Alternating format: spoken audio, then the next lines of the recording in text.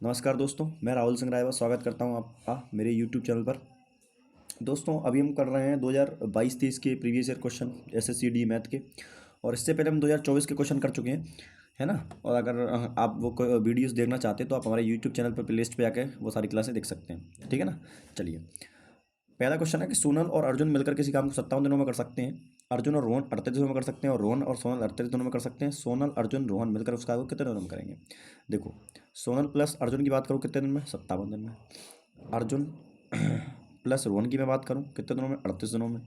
उसके बाद रोहन प्लस सोनल की बात करूँ तो भी कितने दिनों में, 48 दिनों में। एलसीएम लेके कितना आएगा, 57 दूनी 114 होता है, 114 दोनों से कटेगा, ठीक है। तो 38 57 दूनी ये जाएगा 38 से 3 बार, ये जाएगा 3 बार।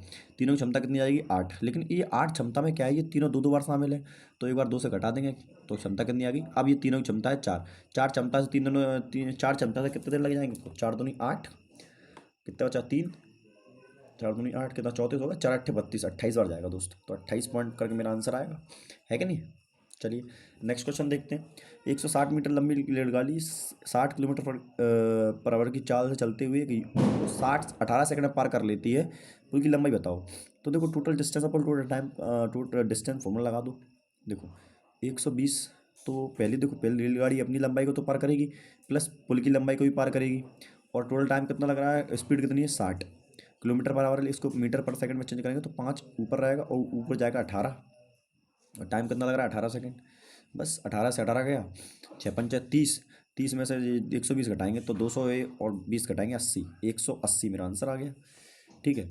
आइए, मतलब एक टेबल फैन 28-27.06 में बेचने पर, इसे 22-30 में बेचने पर होने वाली हानि से 14% अधिक लाभ मिलता है। 14% लाभ पर बेचने के लिए इसका विक्रय मूल्य क्या होगा। देखो दोस्त, बहुत शांति से बहुत प्यार से इस क्वेश्चन को समझना, क्योंकि लेंथी क्वेश्चन है थोड़ा सा, है ना, लेकिन थोड़ा सा जल्दी करने की कोशिश करेंगे, ठीक है। देखो 14% की हानि कितनी होती है सर, 7/50, सॉरी 14% की फ्रैक्शन वैल्यू होती है 7/50। इसको मान लो 5x, इसको मान लो 7x, ठीक है। अच्छा मुझे बताओ, 28-27 में जो बेच रहा है, 28-27.06 में, तो उसे क्या हो रहा है, 14% अधिक लाभ होता है हानि से। तो 50 की हानि हो रही है, तो इससे कितना लाभ होगा, 57x में बेचेगा, 57 पे x का लाभ हो रहा होगा। अगर मैं इस लाभ में से इस 57x को घटा दूं, इस 57x को घटा दूं, तो ये सीपी होगा कि नहीं होगा सर, बिल्कुल सही बात है, सीपी होगा। भाई अपना प्रॉफिट घटा दूंगा इस इतने में से, तो मेरा सीपी बचेगा, है ना, क्योंकि ये तो विक्रय मूल्य है ना, बस विक्रय मूल्य में से अपना प्रॉफिट घटा दूंगा, सीपी आ जाएगा। फिर बोला कि 22-30, ये 22-30 भी क्या है, विक्रय मूल्य है। और इसने बेचने पर क्या हो रहा था, उसे 50x का लॉस हो रहा था। अगर मैं इस लॉस को 50x लॉस से वापस दे दूँ, कवर कर लूँ, तो ये मेरा ये भी मेरा क्या हो जाएगा, सीपी। ये दोनों मेरे हिसाब से इक्वेशन आपको समझ में आएगी। बस इस इक्वेशन को आप समझ गए तो बस क्वेश्चन यहाँ पर आसान हो जाएगा, बोल जितना नहीं बोल दूंगा सॉल्व हो जाएगा। अब देखो, वैसे एक्स की वैल्यू निकालो, यहाँ से 57 उधर भेजूंगा तो 107x हो जाएगा जी, ठीक है। और इसको यहाँ लेके आऊँगा तो 0.6 तो बचेगा ही, 0.06 तो बचेगा ही। उसके बाद 0 में से 7 गए, 7 बचेगा, ठीक है। 12 में से 3 जाएंगे, 9 बचेगा। फिर 7 में से 2 जाएंगे, 5 बचेगा। और 2 में 2 गए, 0, ठीक है। 107 से काट लो उसको, पहले देखो पॉइंट हटाऊंगा, नीचे आएगा 100, ठीक है। काटना स्टार्ट करते हैं। अब देखो, तो 107 से 5 बार ही कटेगा, 535, तो 500 तो चला ही जाएगा, 35 में से कितना बचेगा, 2, और 535 बचेगा ना, 6 बचेगा, 65, और ये आ गया 620। फिर से 5 ही बार जाएगा, तो देखो एक बार 5 से काट चुके हैं, फिर से 5 बार काट रहे हैं, 5 से काट रहे हैं, तो ये फिर से 535 बचेगा। तो 535, 10 में से 5 गए 5, 11 में से 3 गए 8, और ये 85, और ये आ गया 6, 856। अब कितनी बार जाएगा, अंदाज़ा ही बताएगा कि सर 8 बार कटेगा, तो 558 बार जाएगा, 856, ठीक है कि नहीं। बस इतनी बात समझ में आ गई कि नहीं आ गई सर, बिल्कुल आ गई। तो बस सवाल फिर को बचा ही नहीं। तो ये आ गई एक्स की वैल्यू, बस इसमें रख दो किसी भी एक इक्वेशन में, तो इसमें रखूँगा क्योंकि मुझे आसान ज़्यादा पड़ेगा, ठीक है नहीं। तो देखो तो ये आ गई 558 × x, तो देखो ये आ गया मेरा विक्रय मूल्य, प्लस ये 50x, एक्स की वैल्यू कितनी है, 558/100, 558/100। 50 से काटूंगा 2 बार, 2 से काटूंगा, 2 दूनी 4, 2 सत्ते 14, और 2 नंबर 18, 279 आ जाएगा। इसमें जोड़ दूंगा तो ये मेरा सीपी निकल के आएगा 2230, और +279 आएगा, सॉरी जोड़ना है इसको ज़रा ध्यान से। तो 9 7 3 10, 2 2 4 1 5, आ गया 2509 मेरा CP आ गया। अब बोला 114% लाभ पर बेचना है, 114% लाभ पर बेचने में विक्रय मूल्य क्या होगा? तो देखो 114/100, और देखो बटे 100 आ रहा है, तो यानी पॉइंट के बाद दो अक्षर मेरे पॉइंट के बाद दो अक्षर तो आएंगे, पक्की बात है, क्योंकि 100 कटने वाला नहीं है। तो देखो यहाँ से मैं दो ऑप्शन को खत्म कर सकता था कि ये मेरा आंसर नहीं हो सकता था और ये मेरा आंसर नहीं होगा, इन दोनों में से मेरा आंसर एक होता। लेकिन एक बात बताओ, अब ये यूनिट डेट लगा दो तो 4 9 चौक 36 होगा, तो पॉइंट के बाद 2 डिजिट बाद क्या आएगा? 6 आएगा, और 6 के लिए की मैं दिख रहा था, ये मेरा आंसर आ जाएगा। वरना सॉल्व करना दूसरा सॉल्व कर दो, कोई दिक्कत नहीं है, कटेगा नहीं, पूरा कैलकुलेशन फालतू बनाएंगे आप। ठीक है। बोला एक कपड़े की दुकान पर शर्ट 30% की छूट पर घोषणा की जाती है, रिबन छूट में 810 रुपये बचाना चाहता है। ऐसा करने के लिए उसे कितनी शर्ट खरीदनी चाहिए? यदि प्रत्येक शर्ट का अंकित मूल्य 540 रुपये। अच्छा, मुझे एक बात को बहुत ध्यान से बताना कि 30% की छूट का मतलब होता है कि 10 रुपये की चीज़ पर 3 की छूट मिलेगी। बोला है 3 छूट नहीं चाहिए, छूट चाहिए 810 की। तो अगर 810 की चाहिए तो एक की वैल्यू कितनी आएगी? 27 2 70, यानी टोटल टोटल सामान कितने का खरीदना पड़ेगा? 2700 का सामान खरीदना पड़ेगा कि नहीं? लेकिन एक सेट कितने की? 540 की है, तो जीरो से जीरो खत्म होगा, 27 एकम 27, और 27 दूनी 54, 2 से गया 5, यानी इसको कितनी सेट खरीदनी पड़ेगी? 5 सेट खरीदनी पड़ेगी। कितनी सेट खरीदनी पड़ेगी? 5 सेट। ठीक है नहीं? नेक्स्ट क्वेश्चन की बात करते हैं। एक दुकानदार 12% लाभ पर सामान बेचता है, वास्तविक वजन से 15% कम वजन में लाता है, उसका कुल प्रतिशत लाभ बताओ। देखो दोस्त, मान लेते हैं कि 100 रुपये का 100 किलो बेचता है, 100 रुपये का 100 किलो है ना? तो देखो, तो 15% लाभ मतलब 100 की चीज़ को कितने में बेचेगा? 115 में बेचेगा। बोलो हाँ के ना? लेकिन हुआ क्या कि वजन को केवल कितने में बेचा? 85, 15% कम वजन दिया, मतलब वजन कितना दिया है? केवल 15। 85 मतलब उसके यहाँ से 85 का सामान गया और बेचा कितने में? उसने 115 में। कितना लाभ हो रहा है? 115 ही ना, नहीं सॉरी 12% है, तो 112 में बेचा हुआ है ना? तो देखो, तो कितने का लाभ हो रहा है? 15 यहाँ से 12 यहाँ 27 का लाभ हो रहा है, कितने पर? 85 पर। गुणा कर दो 100 से, तो 5 से काटेंगे 70 × 5 = 85 होता है, और 5 से आएगा 20, 27 दूनी 540, 540/17, तो 17 से 17 एकम 17, कितने बचे? 3, 17 17 3 51 होता है, क्या कर रहा हूँ मैं? 17 3 51, कितना बचा? 30, 17 एकम 17 ही जाएगा, 31 पॉइंट करके मेरा आंसर आएगा, ये मेरा आंसर हो गया। कोई पूरा पूरा कट नहीं रहा था, है ना? 10 मार्च की विमाओं के कमरे में रखा जा सकने वाला सबसे लंबे खंभे की लंबाई। देखो, सबसे लंबा खंभा होता है विकर्ण, किसी भी खंभे को किसी भी कमरे के अंदर आप विकर्ण में रख सकते हैं सबसे लंबा खंभा। ठीक है, तो विकर्ण का फॉर्मूला क्या होता है? √L² 100 plus B² 100 plus C² 25, तो कितना हो? 225। 225 किसका होता है? 15 का। ठीक है, चलिए नेक्स्ट क्वेश्चन। उन संख्याओं का गुणनफल ज्ञात करिए जिनके महत्तम समवर्तक HCF, तो उनका गुणनफल ज्ञात करिए जिनके महत्तम समवर्तक HCF और लघुत्तम समवर्तक क्रमशः 8 और 40 हैं। देखो, आपको पता होगा पहली संख्या गुणा दूसरी संख्या बराबर होता है LCM × HCF, तो दोनों का महत्तम समवर्तक निकालना है। 8 × 40 करेंगे, 8 चौक 32, 320 मेरा आंसर आ जाएगा। सिंपल सा क्वेश्चन है भैया।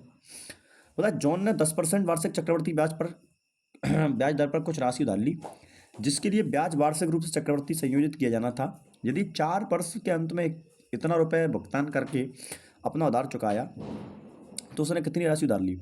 अब देखो, आप जानते हैं कि इस प्रकार के क्वेश्चन में हमको क्या करना पड़ता है? प्रिंसिपल और अमाउंट का लिखना होता है, रेशियो प्रिंसिपल और अमाउंट का। कोई राशि 10% का मतलब 10 से कोई राशि कितनी हो जाएगी? 11। 4 वर्ष की बात कर रहा है तो उसका पावर कर देंगे 4। ठीक है, तो अब देखो तो ये हो जाएगा इतना, और इसको मैं लिख सकता हूँ 11 × 11 × 11 × 11, क्योंकि काटने में आसान रहेगा, ध्यान रखना।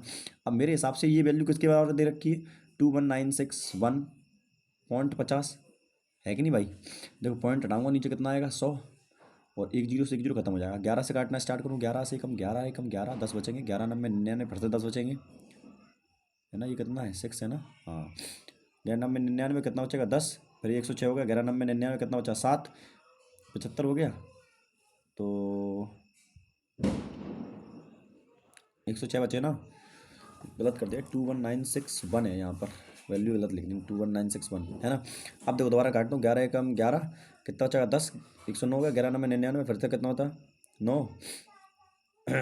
ठीक है, 11 9 99, कितना बचा? 7, 11 छक्के 66, कितना बचेगा? 5, और 11 पंचे 55। ठीक है, फिर से 11 से काटूंगा तो 11 एकम 11, कितना बचा? 8, 89 हो गया, 11 अट्ठे 88, कितना बच गया? 1, 11 एकम 11, 5 बचे, 11 पंचे 55, फिर से 11 से काटूंगा, 11 एकम 11, कितने बचे? 7, 71 हो गया, 11 छक्के 66, और 11 पंचे 55, फिर से 11 से काट दूंगा तो 11 एकम 11 और 11 पंचे 55, तो यहाँ से वैल्यू निकल के आएगी 15 और नीचे बचा कितना 10। एक की वैल्यू निकालेंगे 15 5 दूनी 10, तो इससे निकाल देंगे देखो। तो कितना आ जाएगा 3/2 निकालेंगे इसका, तो ये आएगा 5 बार और 5 दिया 15, 15 मेरा आंसर आ गया। ठीक है कि नहीं भाई, ज़्यादा आंसर आ रहा है कि नहीं, आगे आ जाओ। बोला है कि 400 मीटर लंबी वृत्ताकार दौड़ में ए और बी एक ही बिंदु से एक ही समय पर 10 मीटर प्रति सेकंड और 16 मीटर प्रति सेकंड की चाल से चलना शुरू करते हैं। समान दिशा में दौड़ते हुए वे आरंभ बिंदु पर पहली बार कितने समय बाद मिलेंगे। देखो, अगर टाइम दिया होता डायरेक्ट टाइम का एलसीएम आपका आंसर होता, लेकिन अभी क्या है, आपको स्पीड दे रखी है, डिस्टेंस दे रखी है, तो आपको टाइम निकालना पड़ेगा, उनका एलसीएम ले लो, आंसर आ जाएगा आपका। तो 400 मीटर की दूरी अगर 10 सेकंड से जाता तो कितना सेकंड टाइम लगता, 40 सेकंड। ठीक है, अगर 400 मीटर की दूरी 16 सेकंड से जाता तो कितना समय लगता, 16 कम 16, सॉरी 16 दूनी 32, कितना बचेगा 8, 16 पंचा 80, बस 25 और 40 का एलसीएम ले लो। एलसीएम लेना आपको आता ही होगा, 4 का मल्टीपल करते जाओ, तो 25 चौको 100, दूनी 200, 200 मेरा आंसर आ जाएगा। है कि नहीं भाई। चलो अगला क्वेश्चन देखेंगे। यहाँ देखेंगे, बोला ए और बी का अनुपात 5:6, बी सी का अनुपात 6:7 है, तो A plus B plus C plus A का अनुपात बताइए। देखो दोनों में कौन आ रहा है, बी, बी हमेशा बराबर होना चाहिए। बी यहाँ कितना है 6, बी यहाँ कितना है 6, बराबर है, कोई तो कोई दिक्कत ही नहीं है। तो ए प्लस बी यानी 6 5 11, तो 11 जहाँ नहीं है वो मेरा आंसर नहीं होगा, तो ये मेरा आंसर नहीं है, मेरा आंसर नहीं है। प्लस बी प्लस सी, बी प्लस सी कितना 7 6 13 होना चाहिए, दूसरी वैल्यू ये 13 नहीं है, ये मेरा आंसर आ गया। ठीक है, आगे देखो, एक डीलर अपने माल पर क्रय मूल्य से 15% अधिक अंकित करता है, फिर वह 20% की छूट देता है, उसकी यानी परसेंट निकालो। देखो 100 की चीज़ थी, 15% मतलब 115 की दी होगी, वो बोला फिर इस पर 20% छूट देता है, तो इसका 10% कितना होता, 11.5। देखो 10% निकालना आसान होता है, इसलिए मैं 10% निकालता हूँ, ठीक है ना। अब 10% कितना होता है, 11.5, 20% कितना होगा 23 होगा, तो 23 पे छूट, 23 की छूट देगा 115 पर, 30 पंचे 15, 23 को 92 होता है, तो 92 की बेचेगा, तो वही 100 की चीज़ 92 में बेच रहा, तो 8% का लॉस खा जाएगा। ये मेरा आंसर आ गया।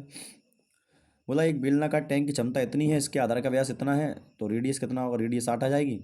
तो पूछा है कि गहराई बताओ, यानी ऊंचाई पूछी, लगा दो formula pi r square h, तो 22/7 आर स्क्वायर यानी 8 × 8, और एच मुझे निकालना है बराबर 5632।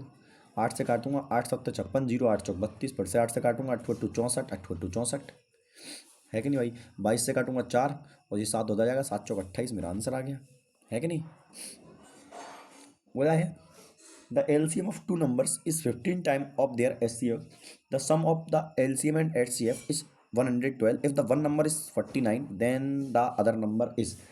बोला गया कि किसी नंबर का जो एचसीएफ है वो उसके एलसीएम का 15 टाइम्स है। तो देखो ये एचसीएफ है, ये एलसीएम मान लेता हूँ, एचसीएफ एक्स है, तो एलसीएम कितना हो जाएगा 15x। अब बोला the sum of LCM and HCF is 112, इन दोनों का सम कितना है भैया, 112 के बराबर है, तो ये इन दोनों का सम होगा 16x, ये 16x एक्स होगा से ना, 16x बराबर एक्स 112, तो 16 7 112, एक्स की वैल्यू आ गई 7। तो एलसीएम और एचसीएफ दोनों निकाल सकता हूँ मैं, तो आ जाएगा 15 7 105, एलसीएम आ गया, और 7 कितना आ गया एचसीएफ।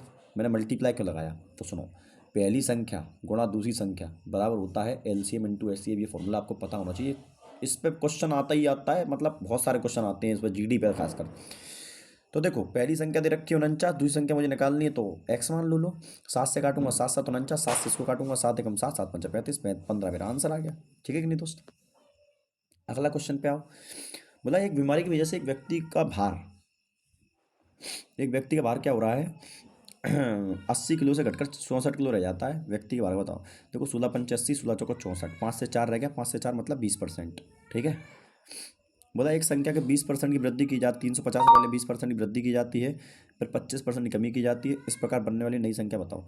देखो 350 थी, 20% वृद्धि मतलब 5 पे 1 की वृद्धि मतलब 6/5 हो गई होगी खुद का गुणा, 25% की कमी है। अब देखो 25% की कमी हो रही है, तो मतलब 1/4 मतलब 4 पे 1 की कमी मतलब 3/4 रह जाएगा। ठीक है कि नहीं। तो देखो 2 से काटेंगे, 2 दूनी 4, 2 3 6, फिर 3 से काटेंगे, उस 2 से काटेंगे तो कितनी बार जाएगा, 2 एकम 2, कितना बचा 1, 2 7 14, 2 पंच 15, है ना, 5 3 15, हाँ 15 3 45, यूनिटेड 5 आएगा, 5 एक ही का है, ये 315 मेरा आंसर आ जाएगा। वैसे इतना आंसर आएगा नहीं, अच्छा ये 5 भी तो रहेगा कटने के लिए, सॉरी 5 3 15, 5 25, फिर भी 5 यूनिट डेट आएगा तो भी मेरा आंसर यही होगा। ठीक है, चलो आ जाओ। बोला 10 वस्तुओं का औसत मूल्य 89 रुपये है, यदि एक वस्तु का मूल्य 35 रुपये, तो शेष 9 वस्तुओं का औसत मूल्य कितना हो। 10 वस्तुओं का टोटल मूल्य कितना आ जाएगा 890, 35 का घटा दो तो 60 घटाएंगे 860, 855 बचेगा, 855। और 9 का पूछा औसत मूल्य, दोनों से डिवाइड कर दो, 9 में 81, 9 पंचा 45, 95 रुपये मेरा आंसर आ गया। ठीक है कि नहीं भाई? आ जाओ। इस क्वेश्चन को थोड़ा सा अच्छे समझना, है ना। क्वेश्चन सिंपल है, मैं नहीं कह रहा हूँ क्वेश्चन कठिन है, बस मैं इसको थोड़ा सा जल्दी करने के लिए आपको थोड़ा सा बता रहा हूँ, तो थोड़ा सा ध्यान से समझना, टाइम लूँगा मैं इस पर। अच्छा देखो, अच्छा मुझे एक बात बताओ, बोला कि डेढ़ वर्ष के लिए 8% प्रतिवर्ष की दर से एक निश्चित राशि चक्रवर्ती ब्याज और साधारण ब्याज के बीच का अंतर 228 रुपये है। जब चक्रवर्ती ब्याज अर्धवार्षिक रूप से संयोजित किया जाता है और साधारण ब्याज वार्षिक रूप से गणना की जाती है तो राशि क्या है? अच्छा मुझे एक चीज़ बताओ, चक्रवर्ती ब्याज की मैं बात करूँ, कंपाउंड इंटरेस्ट की, तो कंपाउंड इंटरेस्ट रेट तो आधा करना पड़ेगा, आधा करेंगे, और आधा करेंगे तो 4%, और 4 साल कितने पे लगता है? 6 6 महीने पे लगेगा ना, तो 6 6 महीने के 3 साइकिल बनेंगे, मतलब रेट मेरी कंपाउंड इंटरेस्ट पर रेट आ गई 4%। अगर बात करता हूँ सिंपल इंटरेस्ट की रेट की, अच्छा मुझे एक बात बताओ, सिंपल इंटरेस्ट बराबर रहता है, हर महीने हर साल बराबर रहता है, तो अगर मैं कम सिंपल इंटरेस्ट को भी बराबर सिंपल इंटरेस्ट को भी आधा कर दूं, यानी मैं 4% कर दूं, भैया ये बताओ पूरे 12 महीने का कितना है? 8%, तो 6 महीने कितना होगा? 4%।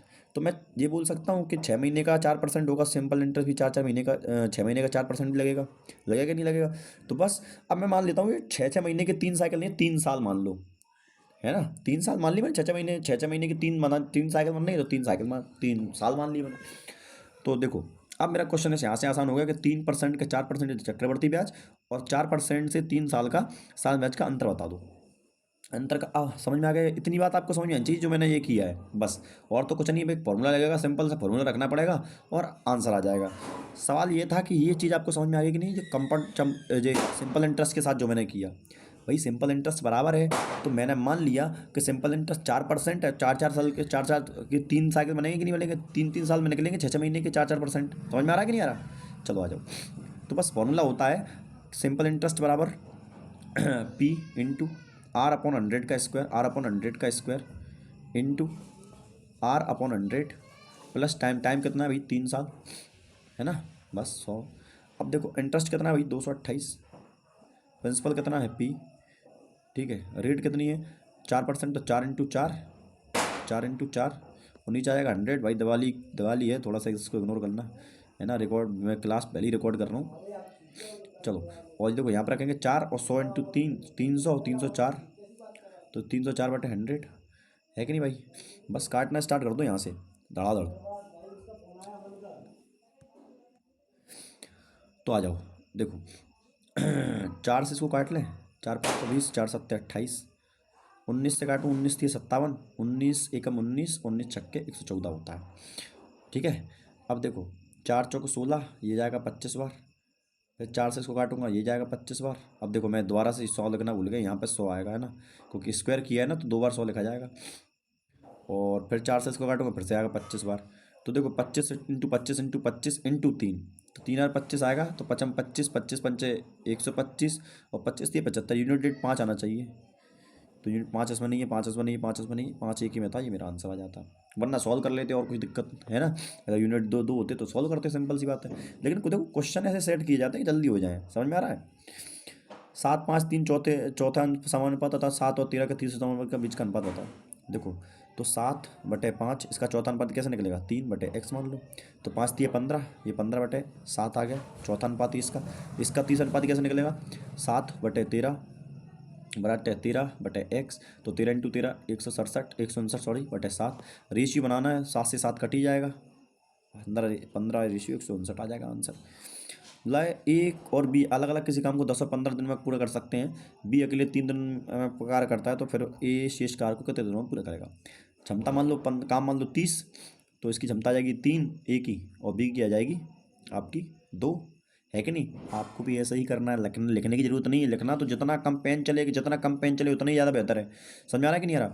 बोला है कि बी कितने दिन तक करता है? 3 दिन तक, तो बी 3 दिन तक करेगा, 6 काम कर देगा 2 की क्षमता से, बताओ कि नहीं भाई? बी 3 दिनों में 2 की क्षमता से 6 काम कर देगा कि नहीं कर देगा? काम बचा 24, 24 काम को 3 से करेंगे 28 दिन लगे, 8 दिन लगेंगे, 3 8 24 होता है, काम खत्म हो गया। बोला एक बस स्टेशन पी से क्यू तक 70 किलोमीटर की चाल से, और स्टेशन क्यू से पी तक 90 किलोमीटर की चाल से जाती है, पूरी यात्रा के दौरान औसत होती है।